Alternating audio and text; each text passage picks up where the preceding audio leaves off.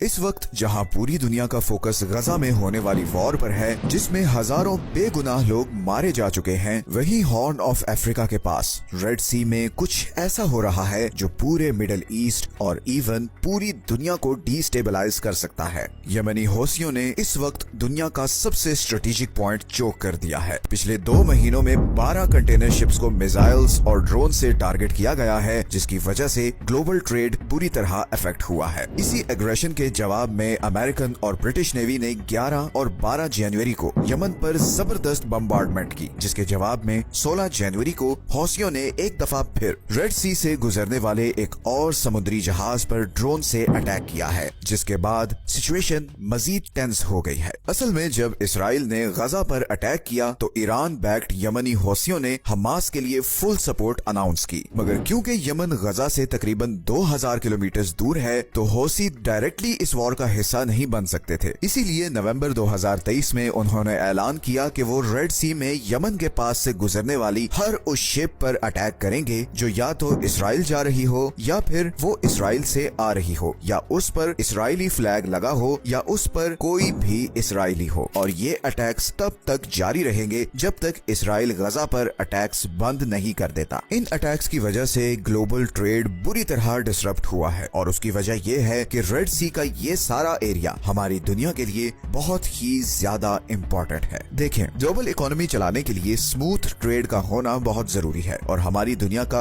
80% trade समुद्रों के जरिए होता है और इन्हीं समुद्रों में से एक ये रेड सी है जो 21वीं सदी का सबसे हॉट और डेंजरस जियोपॉलिटिकल एरिया है, क्योंकि यहाँ पे 2 चोक पॉइंट्स हैं। एक ये इजिप्ट के पास सुएज कैनाल है और दूसरा ये यमन के पास बाब अल मंदेब स्ट्रेट है। 28 किलोमीटर की ये पतली सी जगह जहाँ पर मिडिल ईस्ट और एशिया से आने वाले समुद्री जहाज इंडियन ओशन को क्रॉस करते हुए रेड सी में एंटर होते हैं और फिर सुएज कैनाल को क्रॉस करके मेडिटेरेनियन सी में निकल जाते हैं और वहाँ से फिर वो यूरोप और अमेरिका तक पहुँचते हैं। तो बेसिकली एशिया और मिडिल ईस्ट को यूरोप से कनेक्ट करने का ये सबसे शॉर्टेस्ट रूट है। पूरी दुनिया की 10% ऑयल और 6% नेचुरल गैस की सप्लाई इसी 28 किलोमीटर के चोक पॉइंट से गुजरती है और ये सारी गैस और ऑयल इधर पर्शियन गल्फ कंट्री से स्ट्रेट ऑफ हॉर्मोज क्रॉस करके आती है। 2022 के स्टैटिस्टिक्स के मुताबिक पूरे यूरोप की 20% ऑयल इंपोर्ट और 24% गैस इंपोर्ट इसी बाब अल मंदेब स्ट्रेट से गुजरती है। और सिर्फ ऑयल और गैस ही नहीं बल्कि एशिया और यूरोप का सारा ट्रेड भी इसी रास्ते से कनेक्टेड है। चाइना की 30% मैन्युफैक्चरिंग एक्सपोर्ट्स इसी बाब अल मंदेब स्ट्रेट से होते हुए यूरोप और नॉर्थ अमेरिका को जाती है। तो अगर ये रूट किसी भी वजह से ब्लॉक हो जाए तो ग्लोबल इकोनॉमी कोलैप्स कर सकती है, क्योंकि इसका ऑल्टरनेट सिर्फ एक और रूट है और वो है पूरे अफ्रीकन कॉन्टिनेंट को क्रॉस करके। सुएज कैनाल के बनाने से पहले कंटेनर शिप्स यही रूट यूज करती थी, मगर ये रूट सुएज कैनाल वाले रूट से 7400 किलोमीटर लंबा है, जिसकी वजह से एक्स्ट्रा फ्यूल कॉस्ट आती है और इसीलिए यमनी हौसियों के अटैक के बाद इन शिपिंग कंपनीज को मिलियंस ऑफ डॉलर्स का नुकसान हो रहा है। अभी तक हौसियों ने यहाँ पर मिसाइल्स और ड्रोन से एटलीस्ट 13 कमर्शियल शिप्स को टारगेट किया है, जिसकी वजह से दुनिया की 5 बड़ी कंटेनर शिपिंग कंपनीज ने रेड सी के थ्रू अपने ऑपरेशंस बंद कर दिए हैं। इनमें डेनमार्क की मर्स्क लाइन, फ्रांस की CMA CGM, जर्मनी की हैपग, लॉयड